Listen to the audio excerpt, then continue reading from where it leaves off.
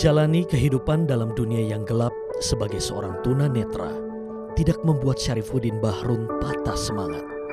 Dengan prinsip hidup pantang menyerah, Syarifuddin Bahrun menjalani kehidupan sebagai tunanetra dengan semangat yang tinggi, sehingga bermanfaat bagi keluarga dan masyarakat, serta menjadi inspirasi bagi sesama penyandang disabilitas maupun masyarakat.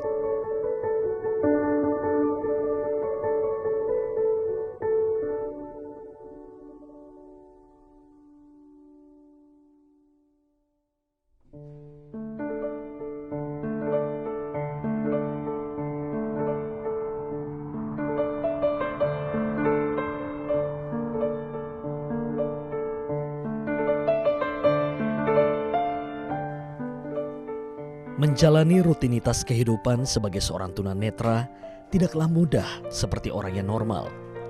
Beruntung, Syarifuddin Bahrun yang akrab dipanggil Pak Muhammad diberi karunia dari Tuhan Yang Maha Esa, seorang istri yakni Siti Hajar Hamabbel yang mempunyai fisik normal yang selalu setia mendampinginya.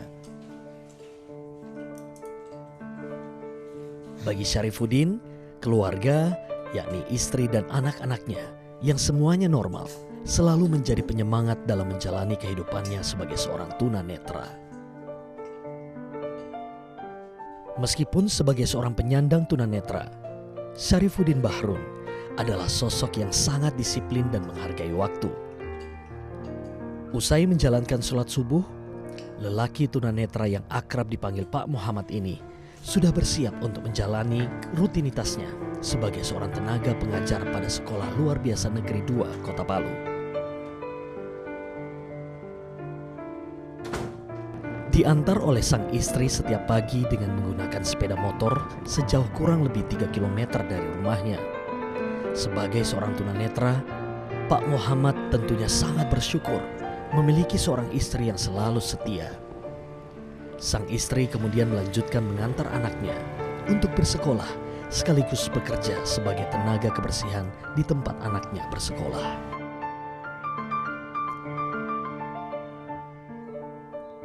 Muhammad selalu datang paling pagi di sekolah. Sambil menunggu murid datang, ia selalu menyempatkan untuk membaca Al-Quran minimal 1 surat.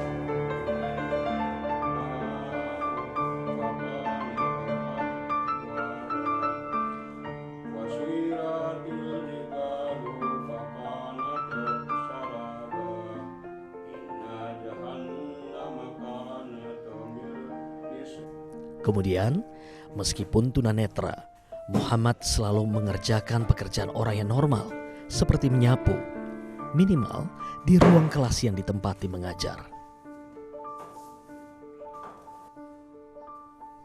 Muhammad mengajar di SLB Negeri 2 Palu sebagai guru agama untuk semua siswa dari berbagai ketunaan. Sementara murid yang tunanetra total yang diajar oleh Muhammad hanya 1 orang. Menurut saya sosok Pak Muhammad itu sosok guru yang baik. Kalau memberikan pembelajaran, kalau menjelaskan mudah dipahami. Cara mengajarnya ya biasa diberikan buku untuk dibaca atau mencatat, dan itu kita bawa pulang ke rumah, dipelajari di rumah agar tidak lupa saat ditanyakan kembali esok harinya. Biasanya begitu.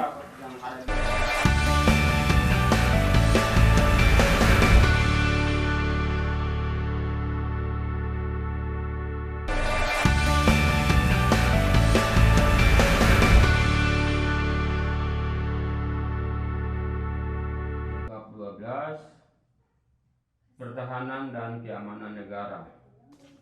Pasal 30. Sejarah hidup Syarifuddin Bahrun atau Pak Muhammad cukup menyedihkan. Sebenarnya, Pak Muhammad awalnya terlahir normal hingga umur 16 tahun. Sebelum dirinya terkena panas tinggi yang menjadi penyebab dirinya mengalami kebutaan total hingga saat ini. Saya mengalami tunanetra itu awalnya dari tahun 96 akhir, setelah saya menyelesaikan pendidikan reguler. 97, awal 97 saya mengalami, akhir 96 saya mengalami masalah panas tinggi, dan 97 saya mengalami masa-masa krisis, dan jadilah saya penglihatannya tidak jelas, walaupun pada saat itu masih sedikit-sedikit penglihatan, bisa lihat bayangan orang, masih bisa lihat jalan, tapi sedikit sekali. Beberapa tahun kemudian saya hidup di Morowali dengan orang tua. Adik yang bungsu Fatmawati meninggal di tahun 98. Di situ saya kan namanya orang baru pertama jadi tunanetra, jadi kan kehilangan adik yang sangat disayangi, jadi tekanan mental itu kan luar biasa.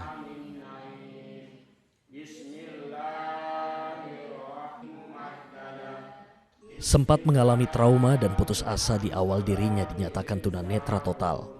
Pak Muhammad kemudian bangkit dan terus berusaha menjalani kehidupan sebagai seorang tunanetra agar bisa berguna bagi masyarakat.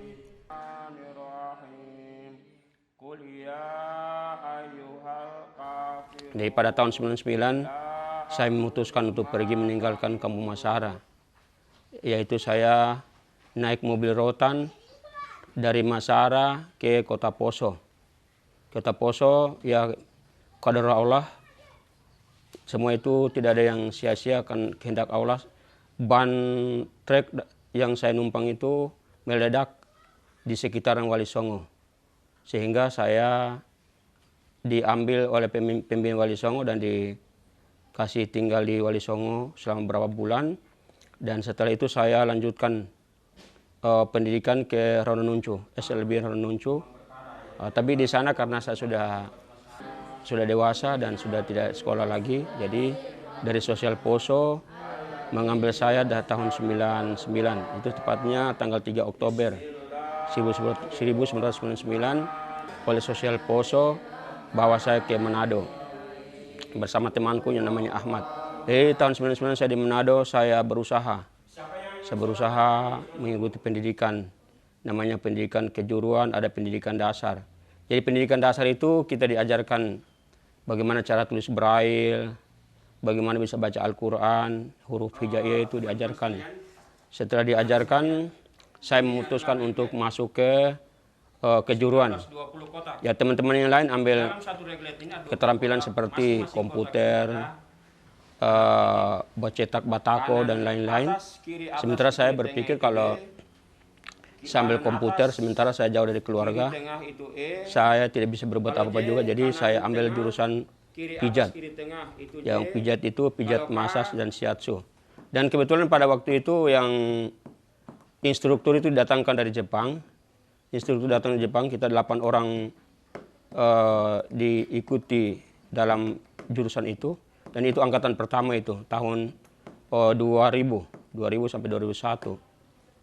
Jadi saya dan 8 orang ikuti pelatihan shiatsu itu. Ternyata 7 orang tidak bisa menyelesaikan karena dengan bimbingan dengan orang-orang Jepang, itu kan tidak bisa lambat, biasa 1 detik, 1 menit pun tidak bisa lambat. Karena saya sudah terbiasa bangun jam 2, biasa bangun 3, sholat, segala macam, mengaji. Jadi saya tidak mungkin terlambat karena jam-jam 6 saya sudah ada di tempat praktek.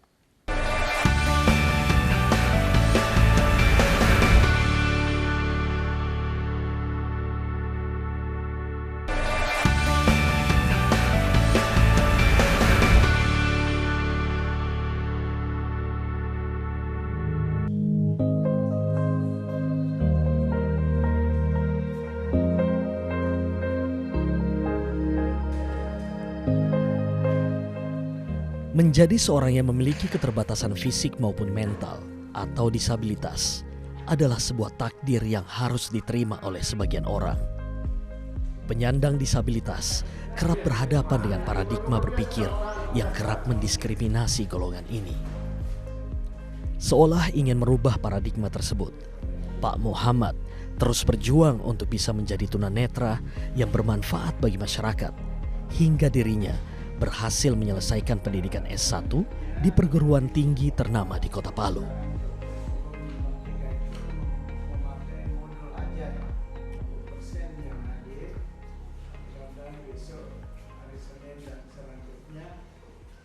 SMP itu terpengaruh bahwa di Kota Palu ini libur, padahal kita tidak libur. Isi anak-anak kita, anak-anak yang di sekolah luar biasa, ya, dengan Jadi setelah itu, karena saya harus pulang, permintaan dari pendiri Wali Songo, saya harus pulang ke mereka karena tahun 2000 kan ada kerusuhan. Jadi mereka minta sama saya pulang, jadi saya tetap pulang tahun 2006. Tepatnya tanggal 3 Juli 2006, saya masuk ke Kota Palu dan menetap di Panti Asuhan Wali Songo. Beberapa bulan kemudian karena saya tidak tahan, saya minta kerja di SLB Muhammadiyah. Ya Pak Sukiman, saya ke sana. Kebetulan saya dari perjalanan Manado kemari, itu kan reglet saya, alat tulis saya itu kan hilang di mobil. Jadi saya pergi ke SLB Muhammadiyah minta tolong sama kepala sekolah memberi pinjaman reglet. Ternyata sampai di sana oleh kepala sekolah beserta teman-teman guru. Waktu itu kan belum jadi teman karena guru-guru di situ minta sama saya untuk mengajar di SLB Muhammadiyah. Mengajar SLB Muhammadiyah dari tanggal 30 Juli saya mengajar Muhammadiyah 30 Juli tahun 2006. Ya karena saya operasi tahun 2000 di Manado, karena ada program operasi mata. Jadi situ saya jadi total, sampai tidak bisa lihat apa-apa. Sampai sekarang biar lampu tidak bisa dilihat juga. Kalau pertama saya menjalani kehidupannya itu kan namanya manusia kan ya pasti putus asa kan. Putus asa dan ya tidak bisa diungkapkan dengan kata-kata. Jadi saya karena sudah jadi tunanetra putus asa, tapi karena begitu saya dapati keterampilan pijat dan saya ketemu dengan teman-teman tunanetra yang di Manado yang begitu banyak, akhirnya sifat putus asa itu sudah mulai lenyap. Apalagi setelah saya mengajar di SLB Muhammadiyah, kan waktu itu ada Presiden SBY kan sudah ada aturan mengajar tidak boleh SMA, kan harus ada harus sarjana. Jadi saya ambil kuliah di UNISA, Universitas Al-Harad. Jadi saya pertama masuk di Al-Harad itu dosen-dosen bingung karena kan belum ada metode khusus untuk ajar disabilitas sensori netra kan. Jadi pertama itu dibilang uji coba. Jadi waktu ujian semester pertama, dosen saya, pembimbing saya itu Pak Faisal kalau tidak salah karena sudah berapa 10 tahun yang lalu kan, jadi Pak Faisal tidak salah namanya, dia panggil sama saya ke ruangannya. Dia bilang begini, Pak Sarif, kalau ini semester 1 ini kamu jalani, kalau bisa kamu lewati berarti ini, kalau tidak berarti Bapak harus ikhlas untuk berhenti. Tapi alhamdulillah karena saya ujian begitu selesai, dibilang bagus, jadi saya bisa selesaikan. Jadi saya masuk bulan Oktober 2010, selesai kuliahnya Juni 2014. Kan wisudanya saya bulan Juni 2014.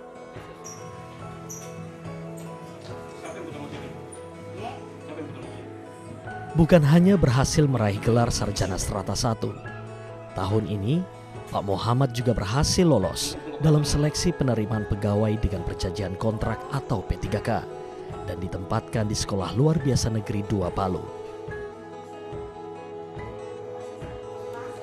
Saya rasa bersyukur karena tanggal 16 Mei saya putuskan pindah dari SLB Muhammadiyah karena peraturan pemerintah kan, undang-undangnya kan tidak boleh di P3K pegawai negeri kan tidak diterima di swasta.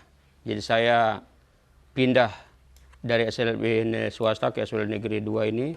Tanggal 16 Mei saya minta pamitan dari SLB Muhammadiyah, tanggal 17 saya di SLB Negeri sini.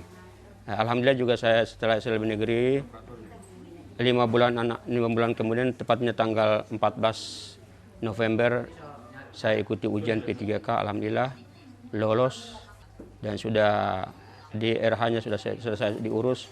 Sekarang alhamdulillah insya Allah tinggal SK-nya saja.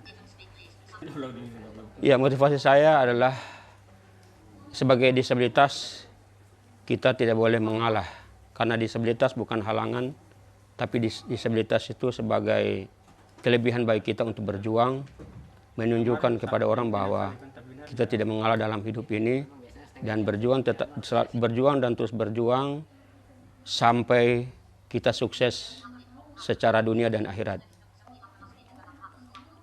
Terima kasih banyak istriku yang tercinta yaitu Siti Hajar, dan anak-anakku yaitu Arifudin dan Fatmawati, karena istriku selalu membantu sama saya. Anakku juga yang laki-laki ini kan selalu juga bantu saya bawa di masjid, dan anak perempuan ini juga biasanya ya bantu sama saya seperti membaca apa. Kalau buku-buku yang saya tidak bisa braillekan biasanya dibaca sama anak-anakku. Jadi terima kasih banyak kepada istri dan anak-anakku. Semoga Allah memberikan keselamatan dunia dan akhirat.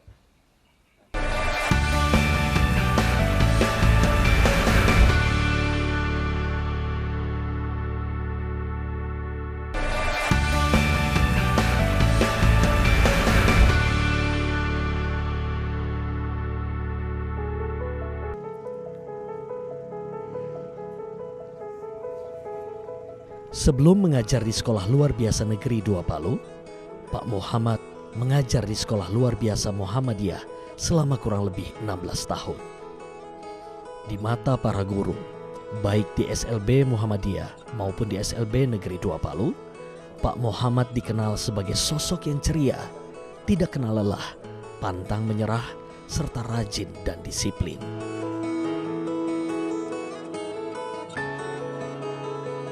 Jadi Pak Muhammad ikut saya di sini, dan alhamdulillah selama ini kalau Pak Muhammad ini adalah orangnya baik sekali dan penuh kesabaran, dan dia sangat fokus pada tugasnya. Jadi selama ikut sama saya itu dia rajin sekali. Bahkan di SLB 2 ini kebetulan sekarang rumahnya dekat dengan sekolah. Dia paling duluan dia biasanya datang di sekolah karena istrinya yang antar jemput dari rumah ke sekolah. Karena pagi itu istrinya juga harus kerja, maka dia cepat datang ke sekolah.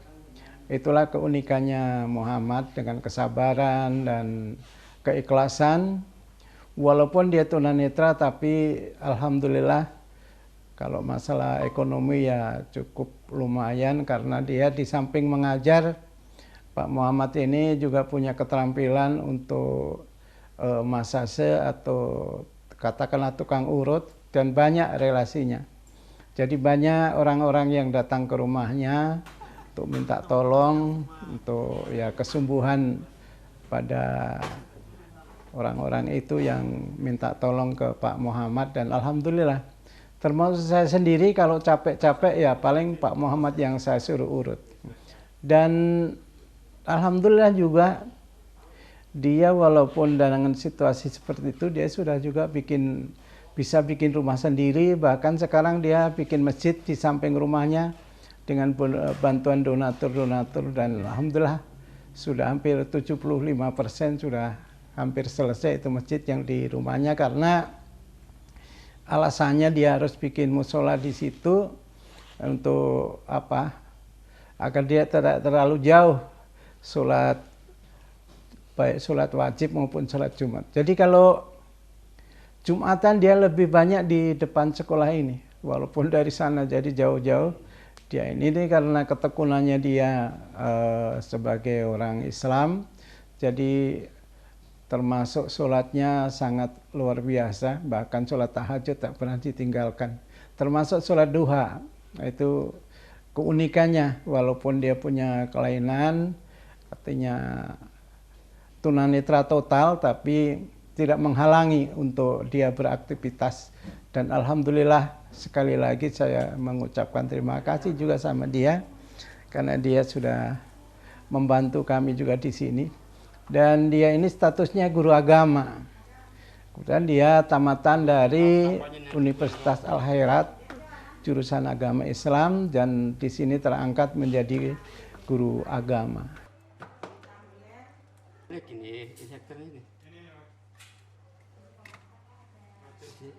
Ya, untuk Pak Muhammad ya khususnya itu ya bisa menjadi contoh teladan bagi siswanya utamanya dan bagi guru-guru yang lain.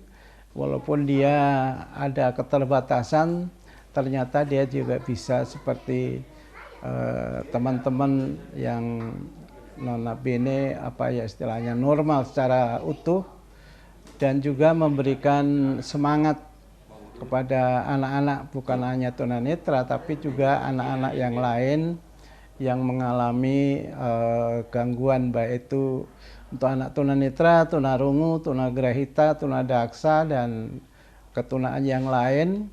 Karena di sini juga selain Pak Muhammad ada juga guru tunarungu, namanya Ibu Yatrin. Dia tunarungu tapi sarjana S1 dari Manado. Cuma dia masih honor di sini karena kemarin sama-sama dengan Pak Ahmad belum beruntung, jadi insya Allah tahun-tahun berikutnya bisa lolos. Jadi saya juga menghimbau kepada orang tua, setiap ada pertemuan selalu saya sampaikan. Dan itulah salah satu saya berikan contoh Pak Muhammad dan Yatrin yang kebetulan guru di sini. Walaupun dia mengalami gangguan baik tunanetra, tunarungu, tapi dia bisa sarjana dan bisa mengajar juga. Sehingga itu menjadi motivasi kepada orang-orang tua, selalu saya sampaikan. Cuma itu saya sampaikan pada orang tua bahwa anak-anak ini adalah merupakan aset untuk orang tua, karena anak-anak begini ini tidak tahu dosa. Jadi insya Allah nanti kalau sudah orang tua tidak ada, anaknya sudah ada, mungkin anaknya yang pertama mencari orang tuanya, karena orang tidak punya dosa itu insya Allah masuk surga. Setelah di surga jelas dia akan mencari orang tuanya. Dan juga sama guru-gurunya insya Allah. Yang penting semua dilakoni, dilaksanakan, dikerjakan dengan ikhlas. Semua kalau ikhlas insya Allah, Allah juga ridho.